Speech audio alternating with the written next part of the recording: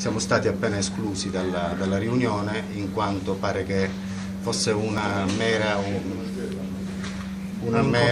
riunione tecnica alla quale potevano partecipare soltanto sindaci, assessori, ASL, quindi tecnici. L'assessore ha incontrato con i familiari? Ha incontrato i familiari, ha manifestato il cordoglio, ma ritengo che per fare ciò e non prendere altri tipi di impegni poteva benissimo incontrarla non presso la sede dell'ASP, ma magari recandosi presso la famiglia, dove ci sono non una rappresentanza, ma ci sono dei figli e ci sono degli altri fratelli e una madre che si è vista strappare la propria figlia dagli affetti di tutti quanti loro.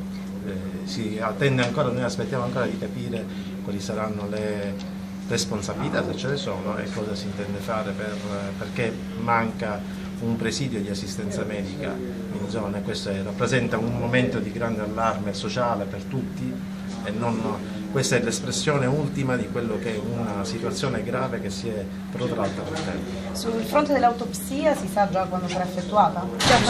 L'autopsia è già stata eseguita, però con i colleghi c'è no, non abbiamo conoscenza, il consulente del pubblico ministero ha richiesto 60 giorni di